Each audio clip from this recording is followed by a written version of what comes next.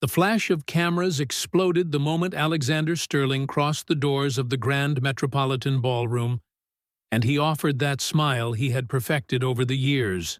The kind of smile that said, "I'm available, I'm influential, and you should care." Chicago never seemed more dazzling than on the nights of the Winston Foundation's charity gala, when the elite gathered to pretend they cared about humanitarian causes while measuring fortunes and social connections. Alexander had become a master of this game. 7 years. 7 years perpetuating the same elaborate lie. And no one had ever questioned it. Why would they? He was the city's most coveted bachelor, the millionaire investor who turned failing companies into profitable empires, the man everyone wanted at their dinner tables, on their boards of directors, in their lives. Women subtly leaned in as he passed, adjusting expensive dresses, intensifying smiles. Men greeted him with that peculiar mix of admiration and envy. No one imagined that in a modest apartment in the suburbs of Evanston, Catherine Sterling spent her evenings alone, reading books Alexander would never bother to know, preparing dinners he would never attend to eat, living an invisible life while her husband collected social conquests like trophies. Alexander accepted a glass of champagne from a passing waiter, his eyes scanning the ballroom with the precision of a predator assessing territory. He identified Marcus Caldwell near the orchestra, likely discussing his latest clean tech venture. He spotted Vanessa Huntington surrounded by her usual entourage, that woman who considered social events battlegrounds where reputations were built or destroyed. And there were others, dozens of others, all part of this intricate tapestry of power, money, and influence that constituted Alexander's world. What he didn't see, because he was too busy absorbing the silent adulation of the crowd, was the subtle shift in atmosphere when the ballroom doors opened again 20 minutes after his own entrance. He didn't notice how conversations were cut short mid-sentence, how heads turned in unison, how even the orchestra seemed to play a few decibels lower. Damian Blackwell didn't simply enter places. He transformed them.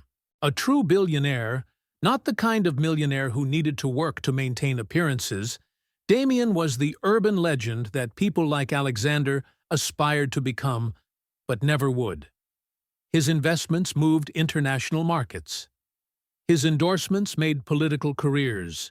His presence at any event was considered a blessing from the gods of high society. And on his arm, wearing an emerald green silk dress that seemed to have been designed specifically to make her something beyond human, was Catherine. Alexander saw her before he processed what he was seeing. His brain took 3 full heartbeats to recognize that woman as his wife. The Catherine he knew wore faded jeans and oversized sweaters. The Catherine he knew kept her hair tied in a practical ponytail. The Catherine he knew was submissive, invisible, convenient.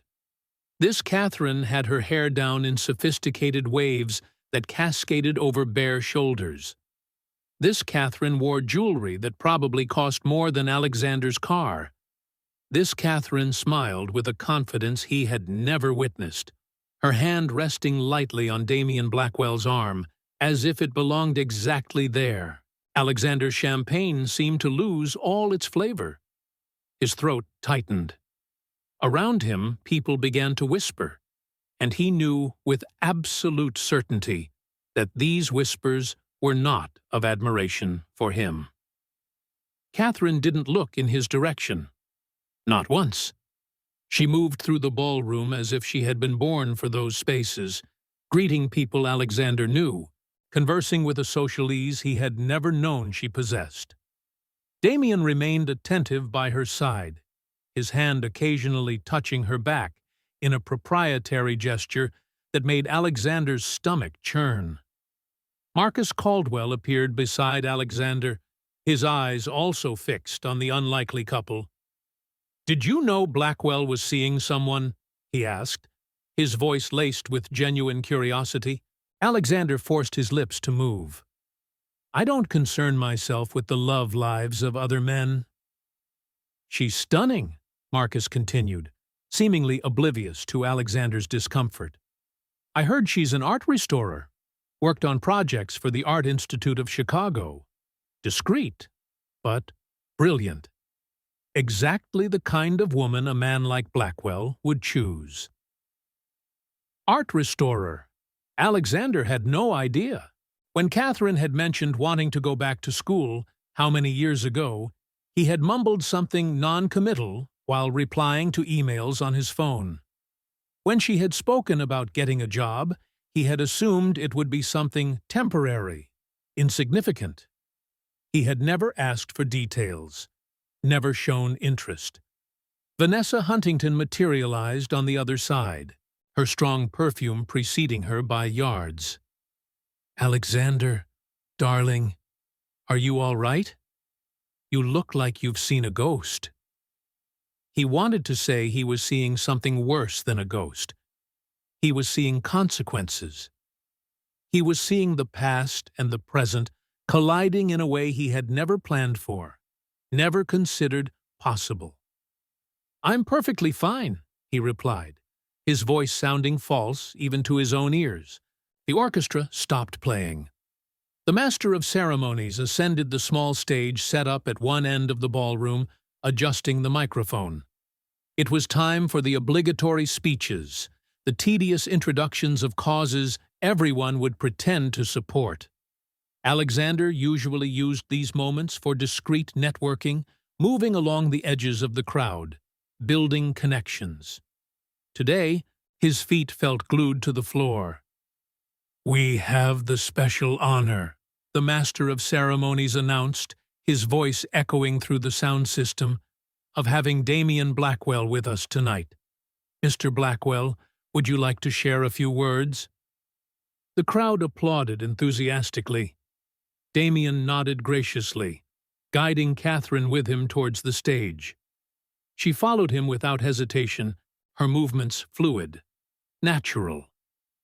Alexander watched, paralyzed, as they ascended the steps. Damien took the microphone with the ease of someone accustomed to commanding rooms full of powerful people. "I thank you for your hospitality," he began, his deep voice filling every corner of the ballroom. "This cause has always held a special place in my heart, and it is particularly significant to be here tonight, because I have a personal announcement to make." The ballroom grew even quieter, if that were possible. Alexander felt a cold sweat on the back of his neck. "I would like everyone to meet Catherine Reeves," Damien continued, and Alexander immediately noted the use of her maiden name. "An extraordinary woman who has transformed my life in ways I didn't imagine were possible. And I have the privilege of announcing our engagement." The ring on Catherine's finger caught the light from the chandeliers, a diamond that could probably feed a family for years. She smiled, but it wasn't the shy smile Alexander knew. It was radiant, genuine, the kind of expression he had never provoked in her. The ballroom erupted in applause and congratulations. People crowded around the stage, eager to greet the couple, to be seen associating with them. Alexander remained where he was, watching his life crumble with the cruel elegance of a slow-motion card castle. Vanessa turned to him, her eyes too sharp, seeing too much. "You really don't look well, Alexander. Perhaps you should go home." But he couldn't go home. He was no longer sure where home was, or if he had ever truly had one. Vanessa's hand landed on Alexander's elbow with enough force to anchor a ship, but he barely registered the touch. His eyes remained fixed on the stage, where Catherine, his Catherine, except she had clearly never truly been his, was accepting hugs and kisses on the cheek from people Alexander recognized as Chicago's true elite. Not the social climbers like him, but those who were born at the top and never had to pretend to belong. "Alexander," Vanessa's voice cut through the fog in his mind. "Are you listening to me?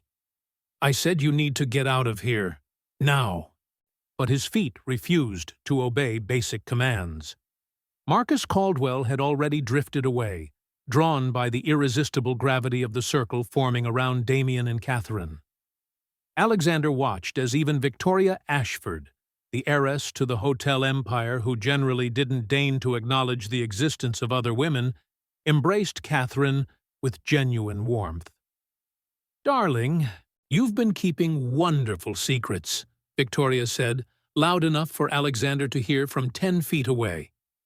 "Restoring that lost Van Dyck portrait for my grandfather was masterwork. Now I understand why you were so reserved.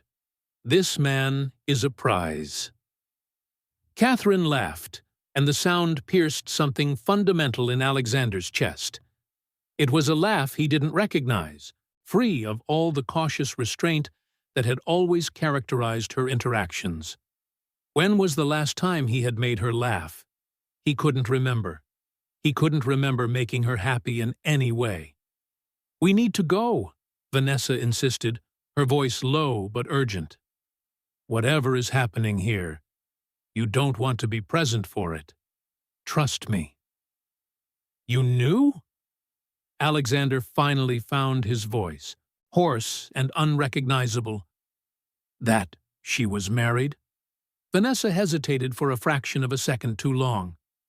"There are rumors about many things in this city, Alexander. Not all of them deserve to be repeated." Which meant yes, she knew. How many others knew? How many of the people in this ballroom had kept the secret while Alexander paraded his elaborate lie? The humiliation burned through him like acid, dissolving the armor of confidence he had so carefully built over the years. On stage, Damien kissed Catherine's temple, a gesture so intimate and natural that Alexander had to look away. When he forced himself to look again, he met Catherine's eyes for the first time that night. She had seen him. She had acknowledged his presence, and on her face was nothing. No anger, no hurt, no vengeful satisfaction, just an absolute calm that was somehow worse than any emotion could have been. Then she smiled, not at him, but at Damien, and Alexander understood with devastating clarity that he had become irrelevant. He wasn't the villain in her redemption story. He was just a footnote, a chapter she had closed and filed away somewhere deep where dead memories festered. "They're starting dinner," Vanessa murmured. "Are you going to stand there like a statue, or at least pretend normalcy?" Alexander allowed himself to be guided to his assigned table, though he had no idea how he would manage to swallow any food. He found himself seated between a tech entrepreneur who wouldn't stop talking about market valuations and a corporate lawyer who seemed more interested in her phone than any conversation. Vanessa had strategically seated herself on the other side of the table, her hawk-like eyes monitoring his every reaction.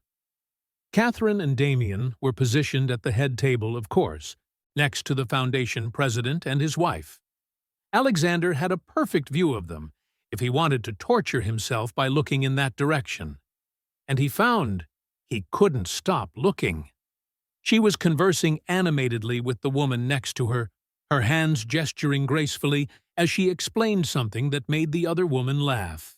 Damien watched her with an expression Alexander vaguely recognized as genuine admiration.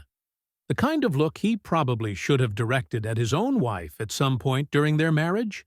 The first course arrived, some kind of artfully arranged seafood terrine that probably cost more than ordinary people's monthly rent. Alexander mechanically moved his fork, pushing food back and forth on his plate without actually eating anything. "So," the tech entrepreneur to his left said, forcing Alexander to at least pretend attention, "I heard you turned that Wilson Logistics company around into something profitable. What kind of returns are you seeing?" It was a conversation Alexander would normally dominate, turning numbers and strategies into compelling narratives It made other people want to invest alongside him. Tonight, the words felt like ash in his mouth. He mumbled something generic about operational efficiency and profit margins, and the man seemed satisfied enough to turn his attention elsewhere. Between the second and third courses, people began to circulate among the tables, greeting friends, networking. The social dance Alexander usually executed with mastery. Tonight, he remained glued to his chair, drinking wine that had no taste, and watching as a steady stream of important people made pilgrimages to Damien and Catherine's table. Jennifer Morrison, the chief curator of the Contemporary Art Museum. Charles Whitmore, whose investments in renewable energy had made him one of the wealthiest men in the Midwest. Even the mayor showed up, shaking Damien's hand and kissing Catherine's hand as if she were royalty. And perhaps she was, in a way. Royalty that Alexander had kept locked away in an invisible tower, never realizing she had wings all along. "You're being pathetic." Vanessa appeared beside him, her voice low but cutting. "Half the ballroom has already noticed you can't stop staring at them.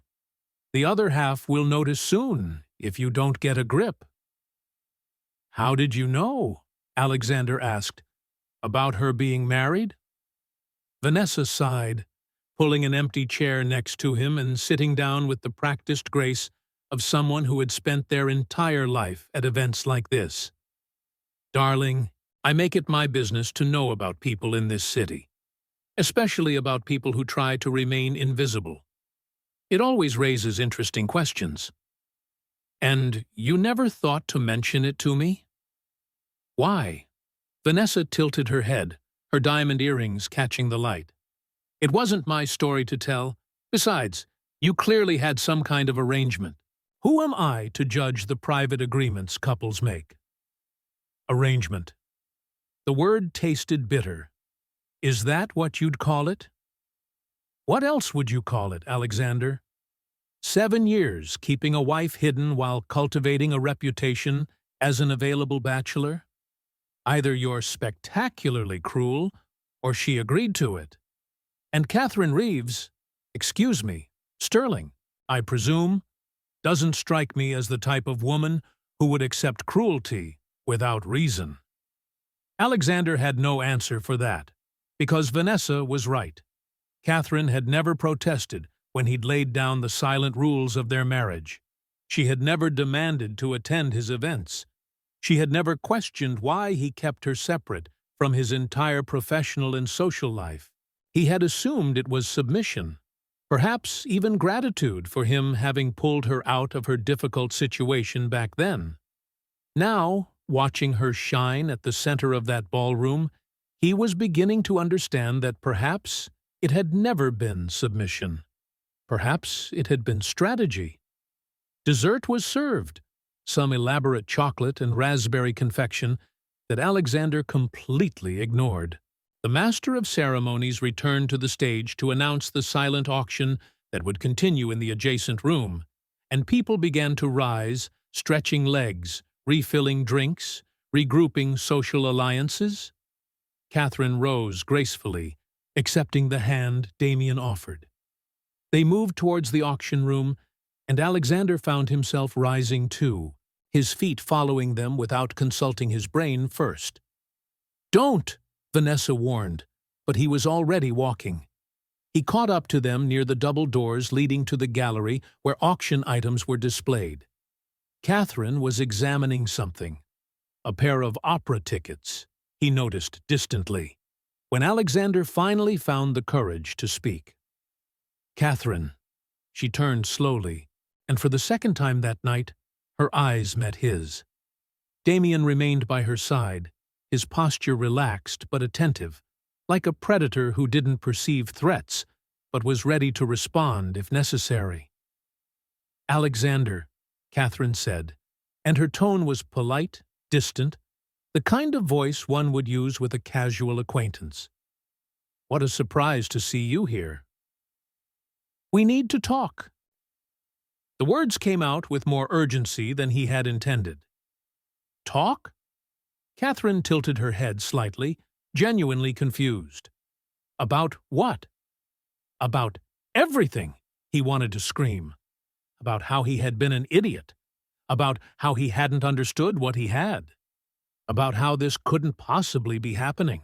But the words died in his throat because Damien had placed his hand protectively on Catherine's back, and she had leaned subtly towards him, and Alexander saw with crystal clarity that he had no right to demand anything from her. "I thought you should know," he began, but Catherine interrupted him. "You owe me nothing, Alexander," she said calmly. "And I owe you nothing. That account is completely settled." Catherine's declaration echoed in the space between them like a final verdict, and Alexander felt the floor disappear from beneath his feet. Account settled. As if 7 years of marriage could be reduced to a financial transaction, paid off and filed away. He opened his mouth to respond, but no words came. What could he say? That she was wrong? That they were still married, technically?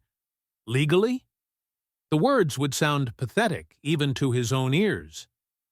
Damien watched the interaction with casual interest, as if he were watching a only moderately interesting play. There was no hostility in his expression, no territorial possessiveness that Alexander would have expected from a man protecting his fiancée. There was only a quiet confidence that made it clear he saw Alexander as no threat whatsoever. "We should go," Damien said softly, his hand still resting on Catherine's back. "We promised Margaret Ashford we'd give our opinion on the Ming porcelain collection she's donating." With casual interest, as if he were watching a only moderately interesting play. There was no hostility in his expression, no territorial possessiveness that Alexander would have expected from a man protecting his fiancée. There was only a quiet confidence that made it clear he saw Alexander as no threat whatsoever. "We should go," Damien said softly, his hand still resting on Catherine's back. "We promised Margaret Ashford we'd give our opinion on the Ming porcelain collection she's donating." Catherine nodded, already pulling away. Alexander watched as they moved through the gallery, pausing to examine auction items, conversing with other guests who inevitably intercepted them. She didn't look back. Not once. "Well," a familiar voice said beside him, and Alexander turned to find Marcus Caldwell holding 2 champagne flutes, offering one. That was awkward to witness. Alexander accepted the glass automatically, drinking more deeply than he intended. The champagne went down harsh, none of the sophisticated notes it should have possessed. "You have nothing better to do than observe my conversations?" "Honestly? No." Marcus leaned against the wall, his eyes sweeping the room. This event was getting tedious until Blackwell showed up with his mysterious fiancée. Now, everyone's speculating about where she came from, how they met, why she was so completely off the social radar until tonight. "And you have theories, I presume." "I always have theories." Marcus smiled, but there was something sharp about the expression. "My favorite involves a certain millionaire investor who maintains a surprisingly private personal life for someone so public in every other aspect. But that would just be gossipy speculation, of course." Alexander's heart hammered. "What exactly are you implying, Marcus?" "Nothing worth repeating." Marcus took a sip of his champagne, his eyes never leaving Alexander's face. "But you should know that people in this city love puzzles. And when someone like Catherine Reeves appears out of nowhere in the arms of Damien Blackwell, wearing a dress that likely cost 6 figures, and demonstrating familiarity with social circles she supposedly never frequented before, well, people start putting pieces together." "There are no pieces to put together," Alexander said, but his voice sounded weak even to him. Of course not. Marcus pushed himself off the wall, straightening his tie. I'm just saying, as a friend, you might want to prepare some answers for questions that will inevitably come, especially now that half the room saw you confronting Blackwell's fiancée with an intensity that was definitely not appropriate for casual acquaintances. He moved away before Alexander could respond, disappearing into the crowd with the ease of someone who knew exactly how to navigate treacherous social currents. Alexander was left alone near the gallery entrance, holding an empty champagne flute and feeling the trap he'd built for himself closing around him. Vanessa materialized again, because apparently she had appointed herself his unofficial chaperone for the evening. "You need to leave," she said without preamble. "Now, before you do any more damage to an already catastrophic situation." "I can't just leave," Alexander protested weakly. "People will notice." "People have already noticed, you idiot. The question now is minimizing how much they'll speculate about why."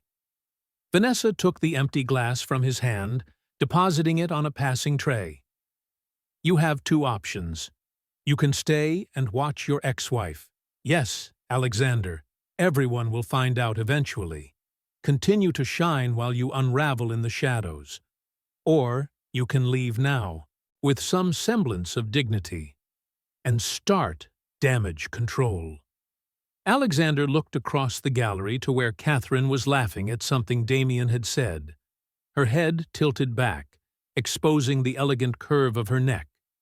She looked happier in that single moment than he remembered seeing her in entire years of marriage. The realization hit him like a physical blow to the gut. "I never made her happy," he said quietly, more to himself than to Vanessa. "No," Vanessa agreed, her voice surprisingly gentle. "You didn't. But that doesn't mean you have to self-punish by watching her be happy with someone else. There's cruelty in that too, just of a different kind." Alexander allowed himself to be steered toward the exit, pausing only to murmur vague apologies to the Foundation's president about an unexpected work emergency. The man seemed only slightly disappointed, already distracted by more important donors vying for his attention. Alexander Sterling was not as indispensable as he liked to imagine. The Chicago night air hit him like a slap as he stepped out of the hotel, cold and sharp, carrying the scent of car exhaust and the distant metallic tang of Lake Michigan. The valet hurried to fetch his car, a black Mercedes that suddenly seemed modest compared to the Bentleys and Maseratis lined up at the entrance. Alexander settled into the driver's seat, but didn't start the engine immediately. His hands trembled slightly on the steering wheel, and he gripped them tightly, trying to regain some sense of control. Control. That word had defined his life for so long. Control over his career, his reputation, his public narrative. He had orchestrated every aspect of his existence with careful precision, ensuring nothing could tarnish the image he projected to the world. Except he'd never truly had control over anything. He'd merely kept secrets and hoped no one looked too closely. And Catherine, whom he'd assumed was trapped in his orbit out of necessity or lack of options, had been preparing her escape all along, building a life, developing skills, making connections, waiting for the right moment to fly. His phone vibrated in his pocket. Alexander pulled it out, seeing a text message from a number he didn't immediately recognize. "I'm sorry about what you're going through tonight. If you need to talk, I'm available. Diane." Diane Whitmore. He'd met her at a networking event 6 months ago, a successful businesswoman who had made her interest in more than professional connections clear. Alexander had flirted back, of course, keeping options open the way he always did. Never anything serious, never anything that crossed definite lines, but always that possibility hanging in the air. Now, looking at the message, he felt a wave of nausea. How many Dianes existed in his life? How many women had he led to believe he was available, eligible, interested? How many false hopes had he cultivated while keeping a wife hidden at home? He deleted the message without replying and finally started the engine. The drive to Evanston passed in a blur of streetlights and traffic signals. Alexander found himself driving on autopilot, his mind too busy replaying every interaction of the evening, every glance, every word exchanged. The apartment was dark when he arrived. Of course it was. Catherine wasn't there to keep lights on, to create an illusion of home. Alexander had never thought of this place as home anyway. It was simply where he kept his wife, convenient enough to the city center, but far enough from his social circles to ensure they never overlapped accidentally. He opened the door, his footsteps echoing in the silent space. The apartment felt different somehow, though nothing obvious had changed. There was still furniture he barely noticed, art on the walls he'd never really looked at, books on shelves he'd never bothered to read. But for the first time, Alexander truly saw the space. He saw how impersonal it was, how it felt more like an extended hotel room than anything remotely resembling a home. He wandered into the living room, loosening his tie, letting himself sink onto a sofa that was more comfortable than he remembered. On the coffee table lay an open art magazine, bookmarked at a page featuring an exhibition at the Art Institute of Chicago. Alexander picked it up, his eyes scanning the article. It mentioned several restorers who had worked on key pieces in the collection. Catherine's name was there in the middle of a paragraph, described as one of the region's most talented emerging restorers, known for her meticulous attention to detail and deep respect for the artist's original intent. He hadn't known. All those years, he hadn't known she had this talent, this passion, this growing recognition in her field. He'd never asked, never shown interest. Had she tried to tell him? He couldn't remember. Probably, and he'd likely been typing on his laptop or checking his phone, murmuring non-committal responses while she spoke to the void. The apartment suddenly felt suffocating, the walls pressing in. Alexander stood abruptly, walking to the window. Outside, Evanston slept peacefully, lights dotting the darkness, lives being lived in small illuminated squares. Normal lives, probably. People who didn't keep secret wives or build entire identities based on lies. His phone vibrated again. This time it was Marcus. "You should check social media. Blackwell's engagement is blowing up online. Your friend is going viral." Alexander didn't want to look, but of course he did. He opened Instagram, then Twitter, then several society publications he followed for professional purposes. And there was Catherine, in dozens of photos, hundreds of them, radiant in Damien Blackwell's arms, the engagement ring catching light from every possible angle. The comments were effusive. "Perfect couple! Who is she?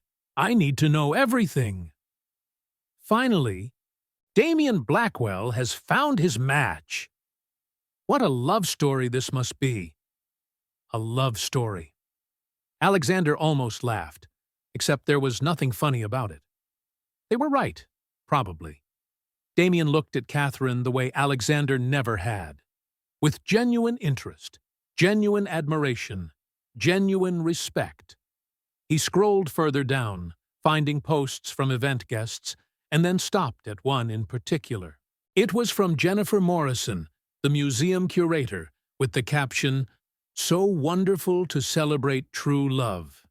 Catherine deserves all the happiness after years of building her career so discreetly. A perfect example of grace and resilience." After years of building her career so discreetly, the words seemed to carry extra weight, unspoken implication. Discreetly, why? By choice or by necessity? Because she wanted privacy? Or because someone demanded her silence? Alexander dropped the phone onto the sofa as if it had burned his hand. The truth finally seeped through all his carefully constructed defenses. He wasn't the victim in this story. He never had been. He was the antagonist, the obstacle the heroine had had to overcome. And now she was celebrating her victory while he stood alone in an apartment that had never been a home, surrounded by evidence of a life he'd never bothered to know. The night stretched before him, endless and unforgiving, and Alexander Sterling began to comprehend the true cost of 7 years of carefully cultivated lies.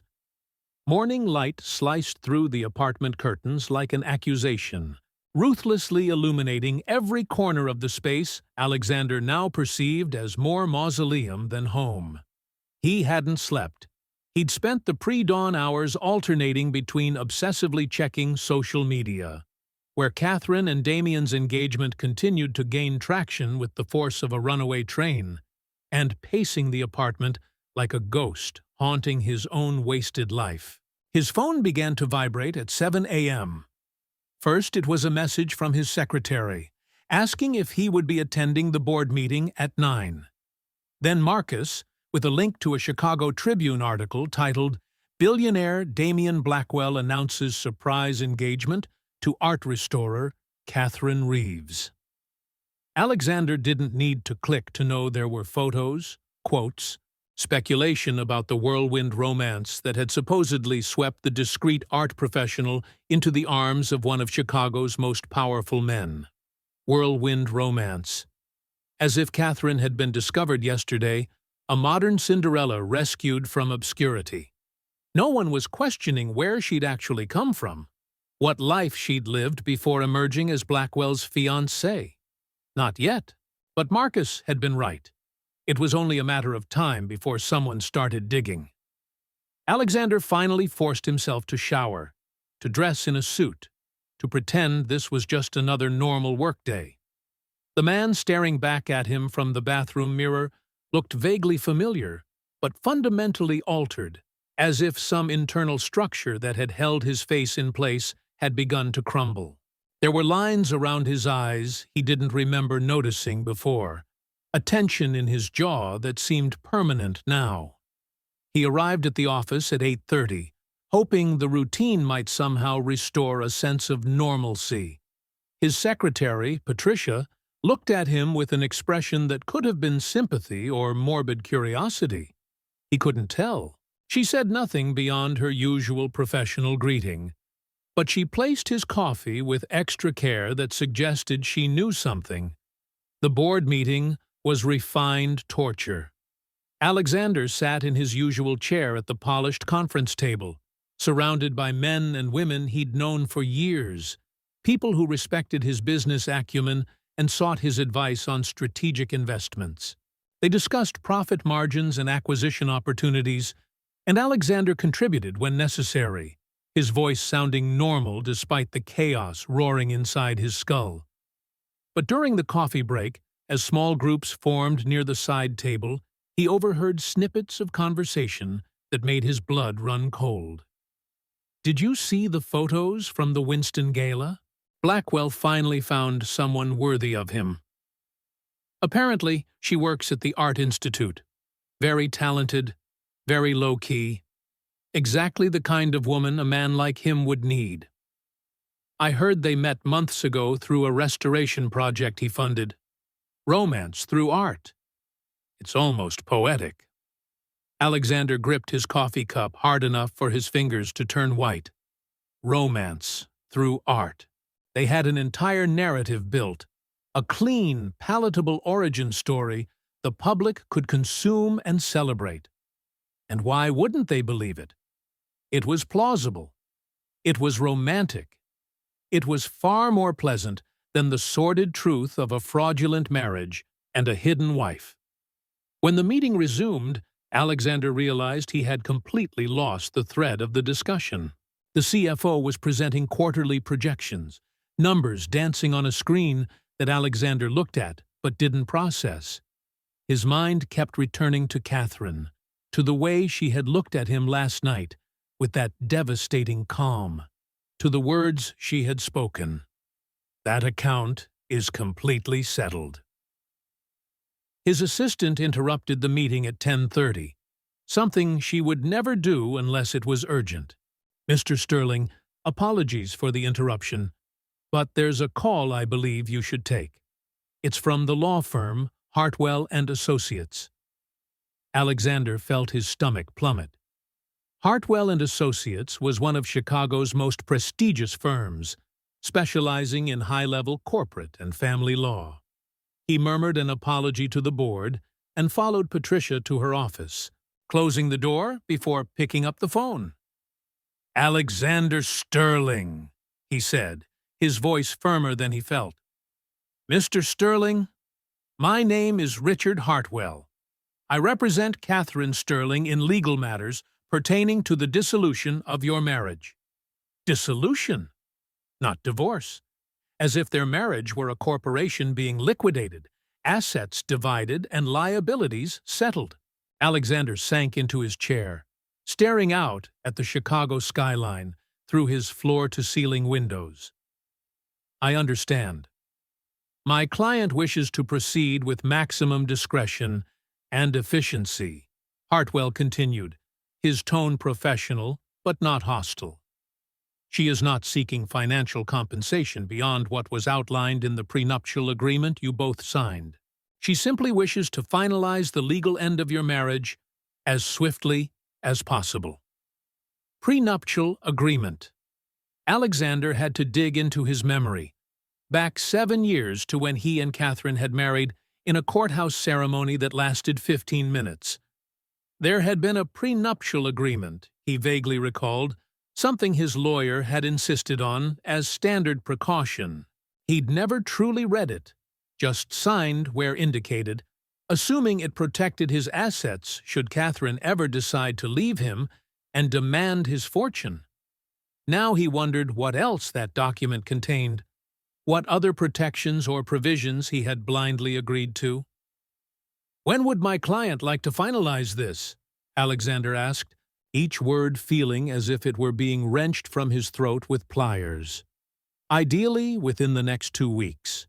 Illinois has a 6-month waiting period for divorces, but given that you have been separated for a considerable time and there is mutual agreement on terms, we can initiate the process immediately." Separated for a considerable time. Was that how they were framing it? Technically true, he supposed. They had lived separate lives, inhabiting the same physical space only occasionally, existing in entirely different orbits. But he'd never thought of it as separation. He'd thought of it as what, exactly? An arrangement? A convenience? "Mr. Sterling?" Hartwell's voice brought him back. "Would you like time to consult your own counsel before we proceed?" "Yes," Alexander said automatically. "Yes, I need to review the terms with my legal representation." "Understandable. I will forward the preliminary documents to your office later today. Please let me know when your attorney has had a chance to review them." Hartwell hesitated, and when he spoke again, there was something different in his tone, almost gentle. "Mr. Sterling, may I speak frankly?" "Please." "My client has no intention of making this difficult for you. She simply wishes to move forward with her life. If you allow this process to proceed without complications, I believe everyone involved will benefit from a swift and private resolution." The implication hung in the air unsaid, but perfectly clear. Cooperate, and your secrets will remain buried. Make it difficult, and who knew what inconvenient truths might come to light? Alexander wanted to be furious at the veiled threat, but all he felt was a gray exhaustion that made his bones feel heavy. "I understand," he said. "You will have full cooperation from me." "Excellent. I will speak with you again soon, Mr. Sterling." The call ended, and Alexander remained seated in his chair, staring at the phone in his hand as if it were an alien artifact. 2 days ago, he had woken up in his carefully constructed world, where he was the coveted millionaire bachelor, where his professional life flourished without complications, where his wife existed in some sealed compartment of his existence that never interfered with the public narrative he had cultivated. Now that world was crumbling with the brutal efficiency of a building being demolished, and he could do nothing but watch the debris pile up. Patricia knocked softly and entered without waiting for a response, carrying a large envelope. This was just delivered by courier, from the law offices of Hartwell and Associates. Of course it was. They wasted no time. Alexander accepted the envelope, placing it on his desk without opening it. Patricia, I need you to cancel my appointments for the rest of the day and schedule me with Jonathan Wright as soon as possible.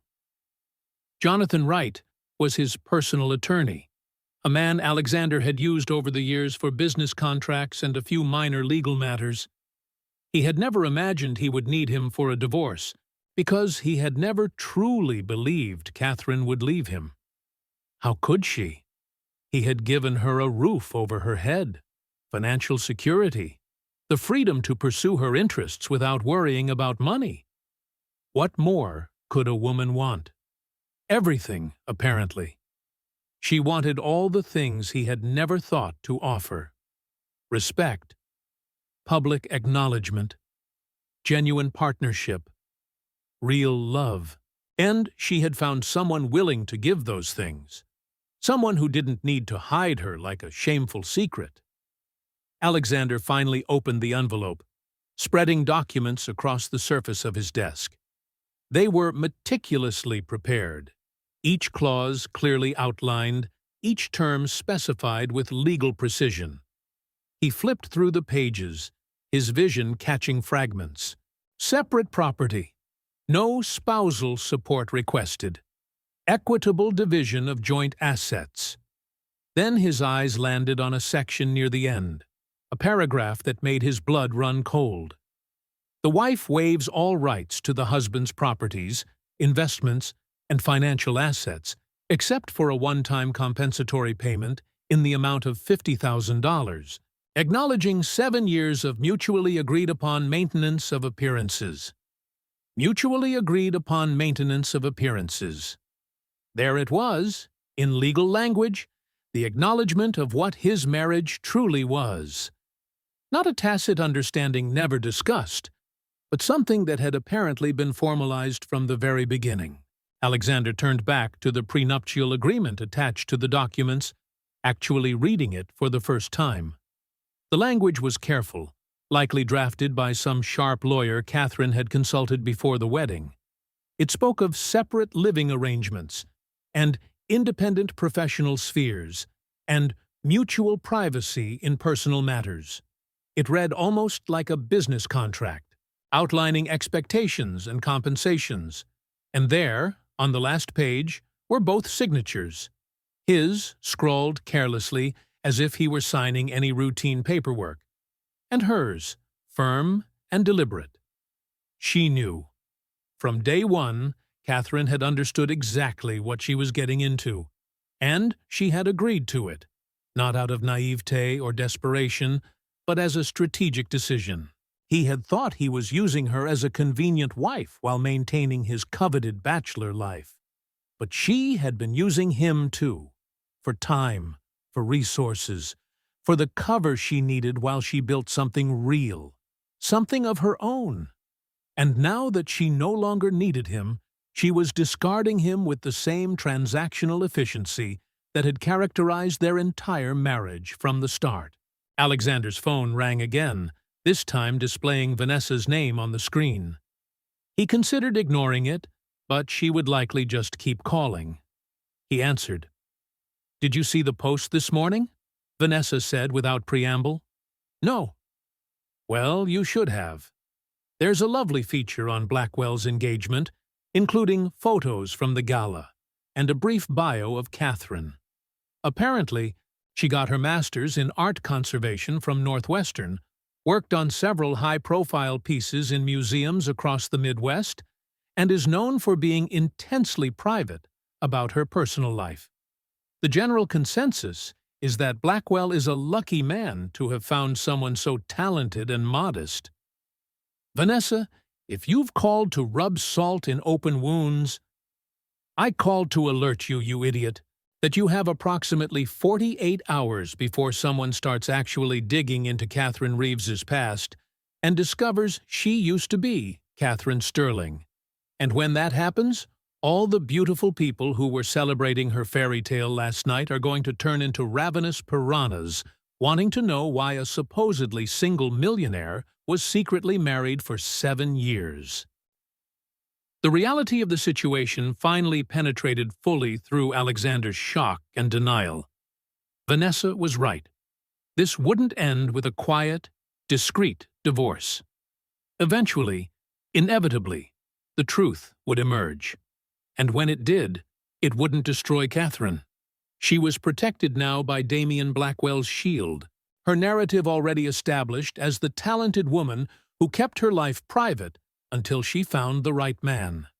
No, the destruction would fall entirely on Alexander, the man who had deceived not only his wife, but all of Chicago society, who had built an entire reputation on a foundation of lies. "What do I do?" he asked, hating the desperation in his own voice. Vanessa sighed. "Honestly, you brace for impact. Hire the best PR firm you can afford. Craft some kind of statement that explains the inexplicable. And pray that when the dust settles, you still have a career and a reputation worth anything." She paused. "Or you could do the truly revolutionary thing and just tell the truth. Sometimes, radical honesty is the only defense against inevitable scandal." The truth?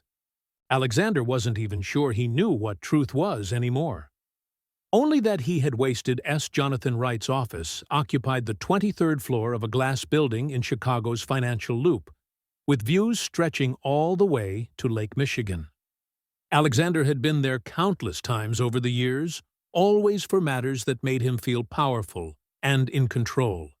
Business acquisitions, lucrative contracts, negotiations that expanded his empire.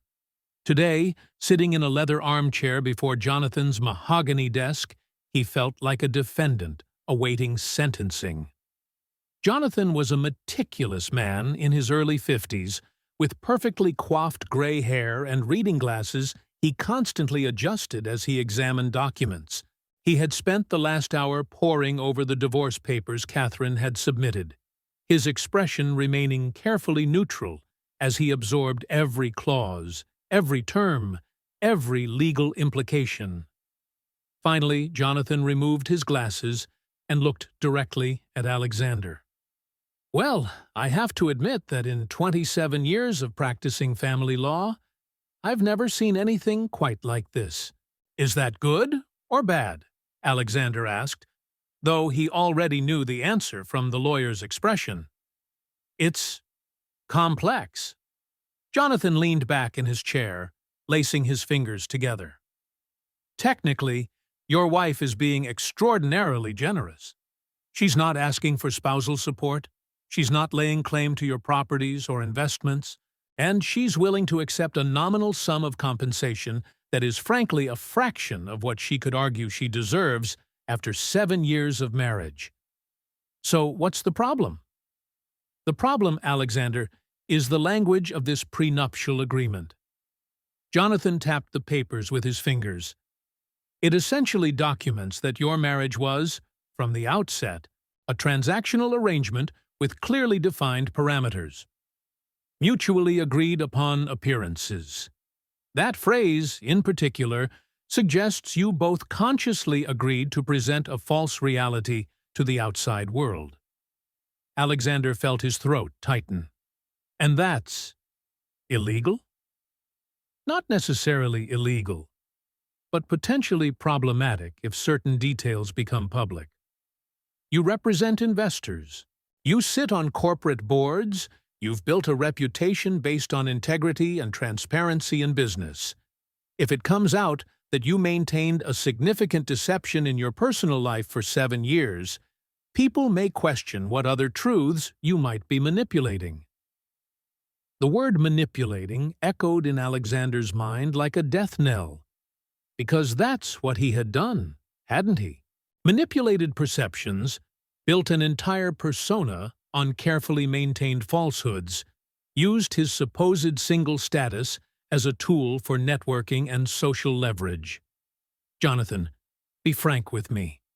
If I sign these papers and we proceed with the divorce quietly, what are the chances of this remaining private?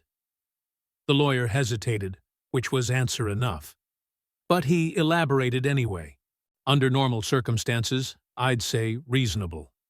Divorce records are public, but most people don't routinely check them. However, given the current circumstances, with your wife now publicly engaged to Damian Blackwell, one of Chicago's most visible men, I'd say the chances of someone eventually connecting the dots are significantly high. Alexander stood up, unable to remain seated. He walked to the floor-to-ceiling windows, gazing out at the city he had always considered his domain. Down below, tiny people navigated their lives, each carrying their own secrets, their own lies, but his were about to be exposed under relentless spotlights. "What if I get ahead of it?" he asked, turning back to Jonathan. Vanessa suggested radical honesty. "What if I simply release a statement explaining the situation before anyone else does?" Jonathan considered this, his expression thoughtful. "It's a risky strategy, but it has merit. Controlling the narrative is always better than reacting to it. The question is, what story are you telling? The truth." "What truth, Alexander? That you kept a wife hidden for 7 years while presenting yourself as single? That your marriage was essentially a business contract? That you deceived not only Chicago society, but potentially business partners and investors who made decisions based on who they thought you were?" Jonathan leaned forward, his voice gentle but firm. "Truth has many facets. You need to decide which angle best serves your interests while still maintaining some integrity." Alexander returned to the armchair, sinking into it. Integrity. What an interesting word to describe something he had long since abandoned. "Catherine knew," he said quietly. "From the beginning, she agreed to the arrangement. She wasn't an innocent victim." "Perhaps not," Jonathan agreed, "but public perception may not see it that way. A woman who discreetly stayed in the background while building a respectable career versus a man who actively cultivated a false persona for social and professional gain, who do you think public opinion will sympathize with?" The answer was obvious. Catherine was already being painted as the talented, modest woman Damian Blackwell was lucky to have found. If the truth about her marriage to Alexander emerged, the narrative would simply adjust. She had been a neglected wife who finally found someone who valued her. Alexander, on the other hand, would be the calculating liar who had deceived everyone. "So what do you recommend?" Alexander asked, exhausted. Jonathan picked up a pen, making notes on a legal pad. "First, we sign the divorce papers. There's no benefit in contesting them. And frankly, the terms are more generous than you deserve. Second, I hire a PR firm. I have contacts who specialize in crisis management to prepare contingency statements. Third, you need to be brutally honest with me about every aspect of this marriage, every relevant public interaction, every person who could potentially have damaging information." Brutally honest. Alexander almost laughed. "I'm not sure I remember how to be that." "Then it's time to relearn," Jonathan said unsympathetically.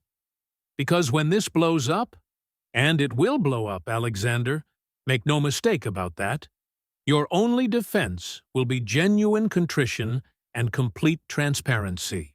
The American public forgives many things if you appear truly repentant. Alexander spent the next 2 hours detailing his life to Jonathan with painful specificity. The hasty marriage to Catherine 7 years ago, when she was vulnerable after losing her parents in a car accident and facing financial hardship.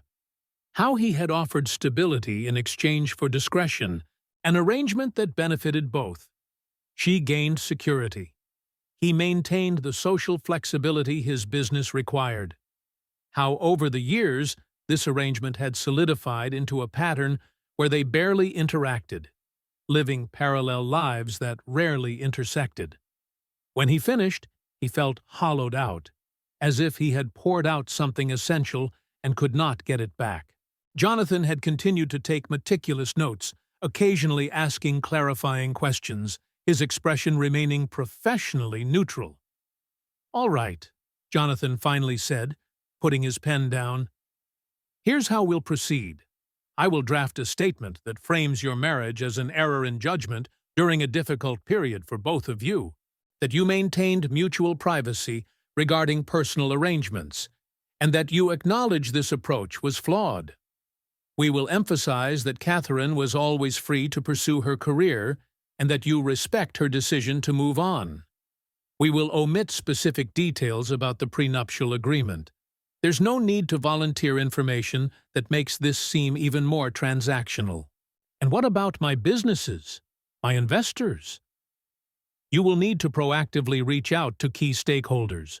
Assure them that this is a personal matter that does not impact your professional capacity. Some may walk away, I won't lie, but others will appreciate you getting ahead of the issue." Jonathan paused, his eyes meeting Alexander's.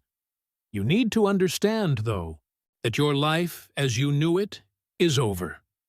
The coveted millionaire bachelor, the man everyone wanted at their events, that version of you can no longer exist. You will have to rebuild your reputation from scratch, and it will be a long and humbling process." Alexander nodded slowly, letting the reality finally sink in completely. There was no magic escape, no clever legal maneuver that could restore what he had destroyed.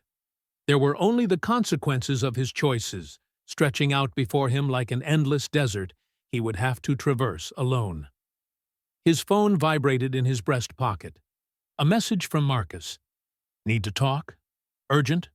Coffee at Millennium Park in 30? Alexander showed the message to Jonathan, who frowned. "Be careful what you say to anyone before we have our strategy fully planned.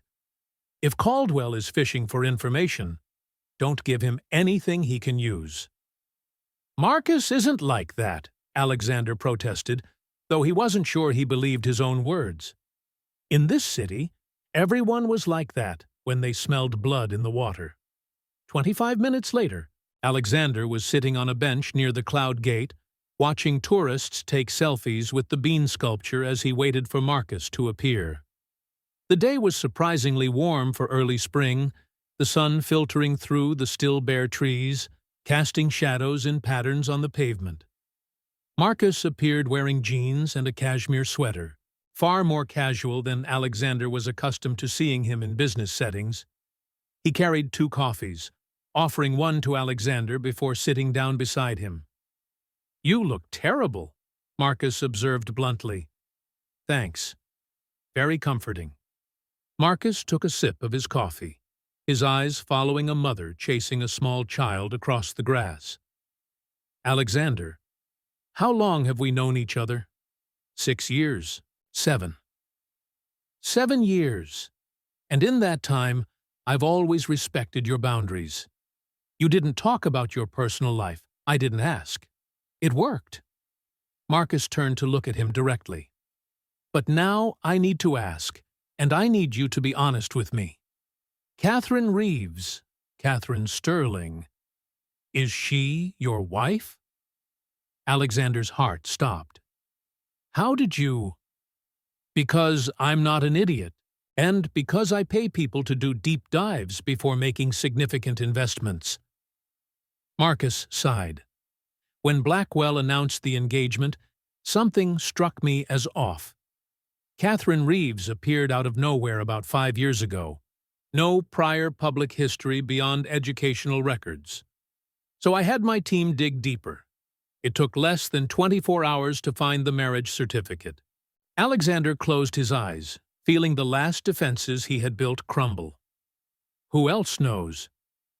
Just my team, and they're discreet. But Alexander, if my investigators found this so quickly, it's only a matter of time before others do too. Especially now that she's engaged to one of Chicago's most scrutinized men. Marcus paused. So I'll ask again. Is she your wife? She was, Alexander corrected, his voice hoarse. The divorce papers have been served. It should be finalized within weeks. Marcus nodded slowly, processing this. How long? 7 years. We married 7 years ago. And you kept it hidden all this time. It wasn't a question, but Alexander answered anyway. It was an arrangement. She agreed to keep it separate from my public life. It benefited both of us. It benefited both of us, Marcus repeated, a hint of disbelief in his voice. Alexander, you've built an entire career on being the available bachelor that everyone trusted because you seemed transparent. How many investments did you secure because people thought they knew you? How many doors opened because you seemed approachable, honest? I never lied about business, Alexander said defensively. My personal life had nothing to do with my professional decisions. Do you really believe that? Marcus stood up, pacing a few steps before returning. Personal character and professional integrity aren't separate compartments, Alexander. They bleed into each other. And when people find out you've deceived everyone about something so fundamental, they'll question everything else, too. So you're going to expose me? Alexander asked, bracing himself for the answer. Marcus was silent for a long moment, gazing out at the park. Finally, he shook his head. No, it's not my place. But I'm telling you, as someone I thought was a friend, you need to get ahead of this. Release a statement, control the narrative, be transparent for the first time in 7 years. Because when the truth comes out, and it will, the only thing that can save you is genuine contrition and complete accountability. It was the second identical piece of advice Alexander had received in a matter of hours. Perhaps the universe was trying to tell him something, or perhaps it was simply obvious to everyone but him that there was no easy way out of this mess he had created. Catherine, Alexander began, then stopped, unsure how to finish the thought. Catherine will be fine, Marcus said gently. She has Blackwell now, and that man protects what's his. But you, my friend, are on your own here. And the sooner you accept that, the sooner you can start to rebuild something real. Alexander didn't return to the office after his meeting with Marcus. Instead, he found himself driving aimlessly through the streets of Chicago, passing through neighborhoods he only vaguely recognized, watching lives through illuminated windows, families dining together, couples walking hand in hand, mundane scenes of normalcy that suddenly seemed extraordinarily precious. When he finally stopped, he was in Evanston, parked on the street in front of the apartment he had shared with Catherine for 7 years. Not shared, he corrected himself mentally. Inhabited simultaneously would be more accurate. Two strangers occupying the same physical space, their lives touching only at the most superficial edges. The apartment door opened easily with his key, and Alexander stepped into the silence that now felt accusatory. Every object took on new meaning under the weight of his newfound awareness. The bookshelf he had never truly examined revealed itself to be meticulously organized by subject. Art history, restoration techniques, biographies of famous artists. There were bookmarks in various volumes, careful annotations in the margins in a handwriting he had rarely bothered to notice. On the small dining table was a stack of correspondence he had never processed as significant. Museum catalogues addressed to Catherine, invitations to gallery openings and academic lectures, a thank-you letter from the Art Institute of Chicago for her exceptional work on the restoration of the Degas collection. Dated 2 years ago. He didn't recall her mentioning it. She probably had, and he had probably been typing on his laptop, offering non-committal grunts while his wife tried to share accomplishments that should have filled him with pride. Alexander moved through the apartment like an archaeologist examining ruins of a lost civilization, each discovery revealing layers of a life that had existed parallel to his own, invisible only because he had chosen not to look. In the bedroom closet, Catherine's dresses were organized by color. Most were muted, understated tones, clothes designed not to draw attention. But in the back, protected by a garment bag, was the emerald green dress she had worn to the gala. It must have been recently purchased, because Alexander knew he had never seen it before. Or perhaps she had always owned it, saving it for the right moment, for the night she could finally emerge from her self-imposed cocoon and show the world who she truly was. His phone vibrated with a message from Jonathan Wright. Preliminary statement drafted. Review tomorrow, 9 a.m. PR firm agrees to meet noon. Sign divorce papers and send back ASAP. Every day's delay is additional risk. Alexander sat on the edge of the bed, holding the phone loosely in his hand. Every day's delay was additional risk. As if his marriage were a ticking time bomb, the countdown inexorably ticking toward detonation. Perhaps it always had been. Perhaps from the moment he had placed that ring on Catherine's finger 7 years ago, he had begun a countdown that would always end precisely here. Alone in an empty apartment, confronting the wreckage of choices that had seemed so reasonable at the time.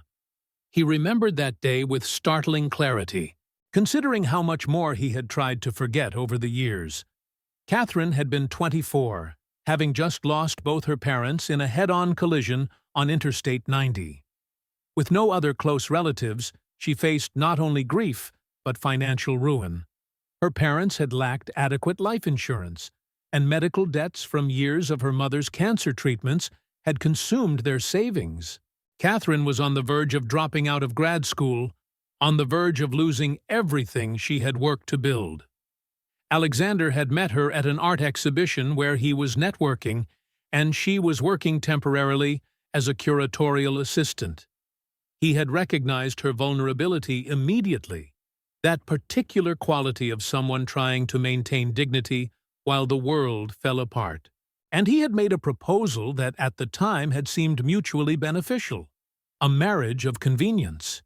He would cover her expenses, allow her to complete her education without financial pressure. In return, she would remain out of his public life, allowing him to maintain the available bachelor image that was so advantageous to his burgeoning career. She had accepted after only a night's consideration, signing the prenuptial agreement his lawyer had prepared, agreeing to terms that reduced what should have been a sacrament into a business transaction. At the time, Alexander had thought he was being pragmatic, even generous. He was offering salvation after all, pulling her from desperate circumstances. What did it matter if the terms were unconventional? Now, sitting in the empty apartment, he understood it wasn't generosity that had motivated him. It was opportunism. He had seen someone vulnerable and exploited that vulnerability, wrapping it in the language of mutual benefit and rational choice.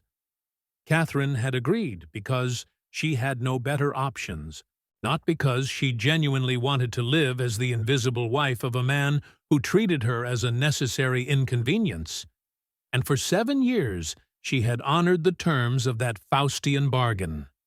She had stayed in the background, building her career quietly, never making demands, never asking for more than Alexander had offered. Even now, in the divorce papers, she sought no compensation beyond the modest lump sum stipulated in the prenup. She wasn't trying to expose him or destroy him, though she certainly had grounds to do both. Alexander's phone rang, interrupting his reflections. Vanessa's name flashed on the screen, and he considered ignoring it, but something compelled him to answer. "Are you home?" she asked without preamble. "In Evanston, at the apartment." "Stay put. I'm on my way. 20 minutes." The call ended before he could protest. Vanessa arrived precisely 17 minutes later, dressed in designer workout gear and carrying a paper bag that proved to contain Thai food. She let herself in uninvited, placing containers on the dining table with the efficiency of someone accustomed to taking charge of situations. "You need to eat," she declared, pushing a plate toward him.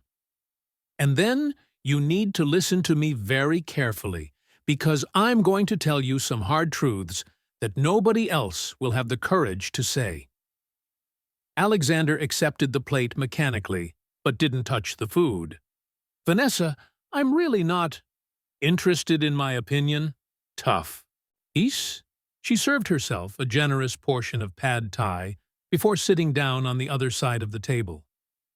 "Alexander, I've met your wife." Alexander's fork stopped halfway to his mouth. "What?" "Catherine. I met her about 3 years ago at an art preservation conference that I sponsored through my foundation. She presented a paper on non-invasive restoration techniques that was brilliant. Absolutely brilliant. We talked for hours afterward about art, about life, about the challenges of being a woman in male-dominated fields." Vanessa paused, her eyes meeting Alexander's with uncomfortable intensity. She never mentioned being married, not once, and I wondered about it, because she wore a wedding ring, but she deflected any personal questions with a grace that suggested extensive practice. Alexander felt something cold settle in his stomach. "Why did you never mention meeting her?" "Because Catherine asked me not to. She said her personal life was complicated, that she kept spheres separate for good reasons. I respected that, though I had my suspicions."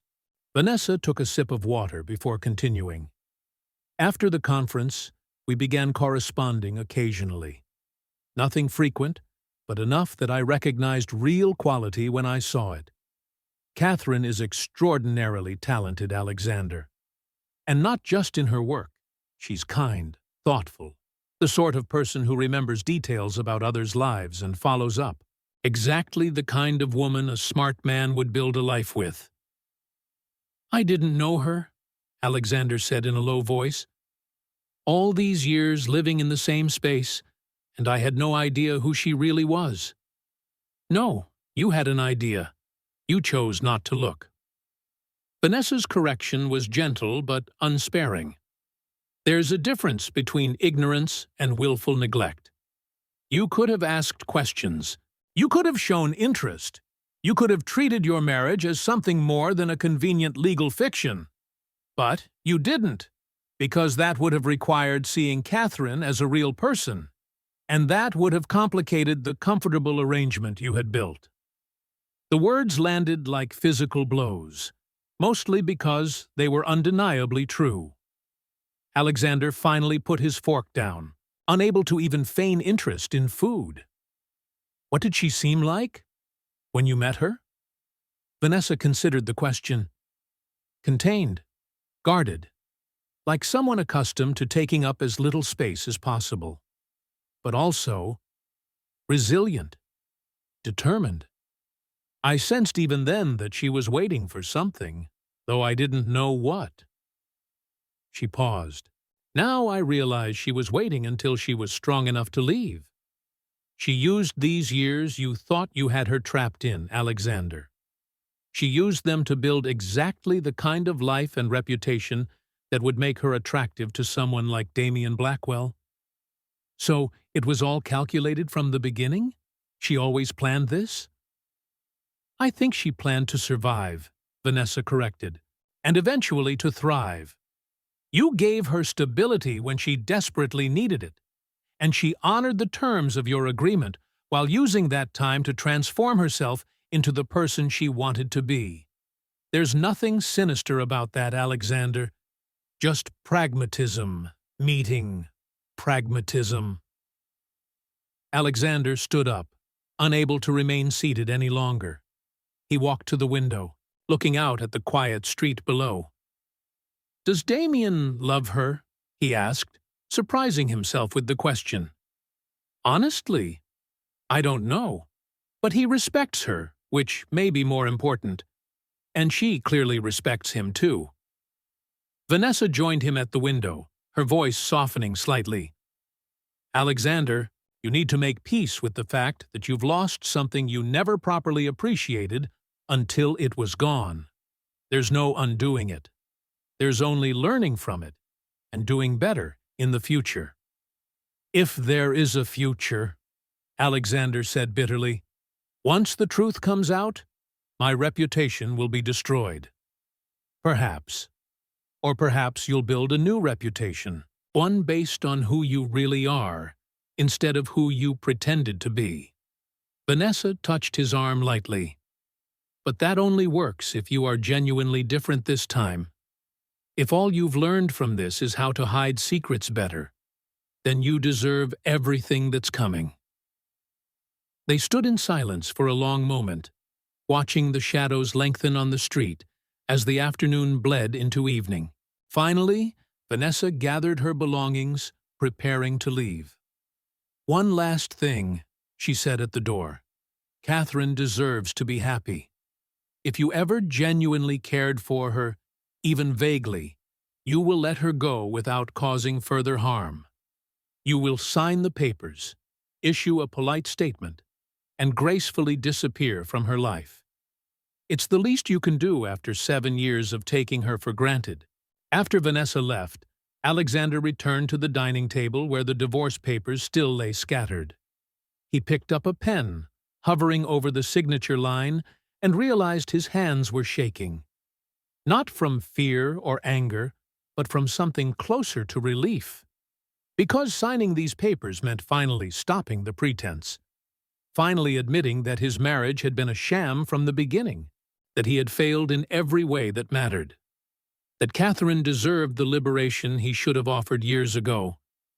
He signed his name in firm, deliberate strokes, then dated the document and placed it in the return envelope Jonathan had provided. It was done. 7 years reduced to a scribbled signature, ink drying on legal paper, making official what had always been true. They had never been married in any way that truly mattered.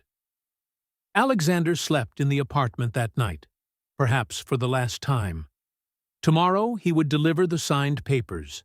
He would meet with Jonathan and the PR firm and begin the humbling work of damage control for a reputation he had built on a foundation of sand. He would face the consequences of his choices with something approaching dignity, if he could muster the courage.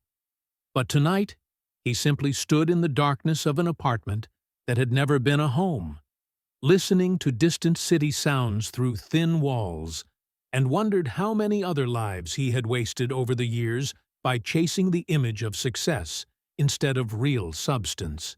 The answer was likely too many to count, and far too late to reclaim. Morning arrived with a gray, indecisive light that perfectly matched Alexander's mood. He woke on the apartment's sofa, his neck protesting the uncomfortable position, and for a disorienting moment forgot where he was. Then the memory returned in successive waves. The gala, Catherine in Damien's arms, the signed divorce papers waiting on the table. He forced himself to get up, making coffee he didn't want to drink, showering in a shower that offered no comfort. The man in the mirror looked like an aged version of himself, as if the past few days had added years rather than hours. There was something different in his eyes, too, a raw kind of awareness that hadn't been there before. Jonathan Wright's office was hushed when Alexander arrived, minutes before 9. The receptionist greeted him with a careful professionalism that suggested she knew exactly the kind of meeting he was about to have. Jonathan was waiting in his conference room, accompanied by a woman Alexander didn't recognize. "Alexander Sterling, this is Miranda Chen." Jonathan made the introductions. "She runs the public relations firm I mentioned, specializes in crisis management for executives and public figures." Miranda extended her hand with a firm, confident grip. She was in her early 40s, her black hair cut in a sleek bob, and her eyes seemed to assess and catalog everything in seconds. "Mr. Sterling, thank you for meeting with us so quickly. Time is of the essence in these situations." They sat around the conference table, and Jonathan distributed copies of the statement he had prepared. Alexander read the words that were supposed to explain 7 years of deception in 3 carefully crafted paragraphs. "It is with sincere regret that I confirm the end of my marriage to Catherine Sterling, now professionally known as Catherine Reeves. Our marriage began during a difficult period 7 years ago, and we both agreed to keep our personal affairs private while pursuing our respective careers. While this arrangement worked for both of us for a time, I now recognize that I failed to honor my marriage in the way it deserved. Catherine is an extraordinary woman of immense talent, and I wish her all happiness in her future. I ask for privacy as we navigate this process with mutual respect."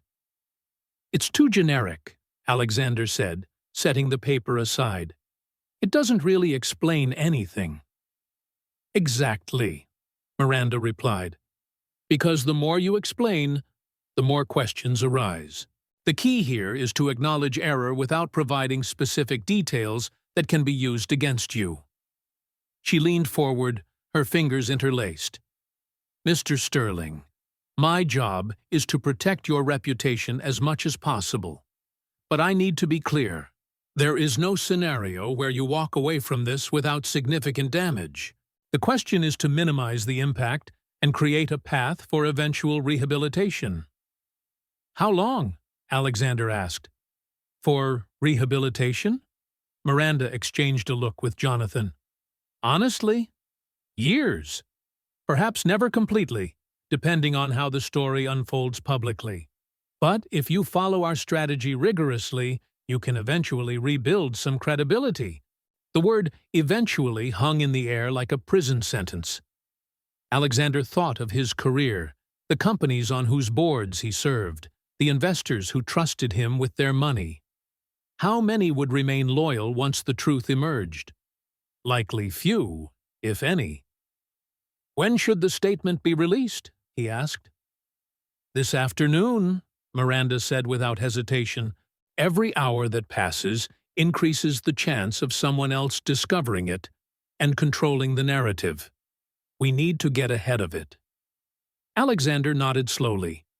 There were no more delays possible, no more time to reconsider or strategize alternatives. It was time to face the consequences of 7 years of bad decisions. "There's one more thing," Jonathan said, pushing an envelope across the table. "The signed divorce papers need to be filed today. Once your statement is public, Catherine will likely release her own confirming the basic facts. Coordinating the timing is crucial." "Does she know already about the statement?" "Her attorney was informed this morning," Jonathan confirmed. "Catherine is aware and cooperating with the timeline. She has no interest in prolonging this any longer than necessary." "Of course not." Catherine was moving on with her new life, her new identity as Damien Blackwell's fiancée. Alexander was just unfinished business that needed to be resolved before she could completely close that chapter. The meeting continued for another 2 hours, Miranda outlining a detailed communication strategy, who Alexander should contact personally before the statement became public, how to respond to inevitable media questions, which public appearances he should avoid in the coming weeks. It was exhausting and humiliating, meticulously planning his own public disgrace. When she finally finished, Alexander left Jonathan's office carrying multiple copies of the statement and a list of contacts to make. First on the list was the chairman of the largest investment fund on whose board he served. Second was his own team at the office, who deserved to hear the truth from him before reading it in the news. He made the calls from his car, parked in an underground garage where no one could see his expression, as he explained the inexplicable to people whose opinions he valued. Some conversations were surprisingly compassionate. Others were icy and ended quickly with promises to discuss next steps that clearly meant his removal from leadership positions. The worst call was to Patricia, his secretary, who had been with him since the inception of his company. She listened silently as he explained, and when she spoke, her voice carried a disappointment that cut deeper than anger could have. "Mr. Sterling, I've worked for you for 8 years. During that time, I defended you countless times when people made insinuations or asked about your personal life. I said you were a man of integrity, that your privacy should be respected." She paused. "Now, I find out I was defending a lie. It makes me question my own judgment." Alexander had no adequate response. Apologies seemed inadequate. Explanations sounded like justifications. "You are right to question your judgment," he finally said. "I betrayed your trust, along with that of many others. There is no excuse for it." After Patricia hung up, Alexander remained seated in the silence of the car, watching the numbers on the dashboard clock inexorably advance toward 3 o'clock, when Miranda would release the statement to select media outlets. He vaguely wondered if Catherine was having a similar day, making explanatory calls, managing her own network of relationships. But probably not. She had Damien now, her shield against public scrutiny, her validation that she had chosen correctly by finally leaving a marriage that should never have happened. His phone vibrated with a message from Miranda. "Statement being distributed now. Turn off your phone for the next few hours if possible. Let the dust settle before engaging with any media." Alexander looked at the device in his hand, tempted to follow her advice, but instead he found himself opening Instagram, searching for Catherine's profile. She never posted frequently, but there was a new photo at the top of her page. Her and Damien at some elegant restaurant, her laughing at something off-camera, him watching her with an expression that could only be described as adoration. The caption was simple: "Grateful for new beginnings." New beginnings. For her, it meant love, partnership, a life lived in the full light of day. For Alexander, it meant destroying everything he had built and trying to piece something new together from the fragments. There was no equivalence in it, no poetic justice, just consequences distributed according to choices made. The notifications began almost immediately. Text messages from acquaintances, emails from colleagues, social media notifications from people tagging him in posts about the statement. Alexander forced himself not to look at any of them. Instead, he started the car and pulled out of the garage, driving without a particular destination, just needing to move. He eventually found himself at Navy Pier, parking in a nearly empty area and walking toward the water. Lake Michigan was choppy, waves crashing against the docks with a force that made the entire structure vibrate slightly. A lone seagull fished near the edge, diving and rising with practiced precision. Alexander Sterling? He turned to find a man in his 60s, wearing worn jeans and a waterproof jacket. There was something familiar about him, but Alexander couldn't place where they might have met. "Yes, thought it was you, Richard Morrison. We worked together on that tech company acquisition 3 years ago." The man extended his hand, and Alexander automatically shook it. Saw the news about your divorce. Tough situation. Alexander braced himself for judgment or invasive curiosity, but Richard's expression was strangely understanding. "Thank you," Alexander replied cautiously. Richard turned to look at the water, his hands in his pockets. "I went through a divorce 5 years ago. Not the same way as yours, but tough nonetheless. I thought my world had ended, that everything I'd built was destroyed." He paused. "But there's something about starting over. It strips away all the false foundations and forces you to discover who you really are underneath it all." "And who did you discover you were?" Alexander asked, genuinely curious. "Someone simpler than I thought. Less impressive from the outside, perhaps, but more honest." Richard smiled slightly. "I left corporate life, started a small consultancy working with startups.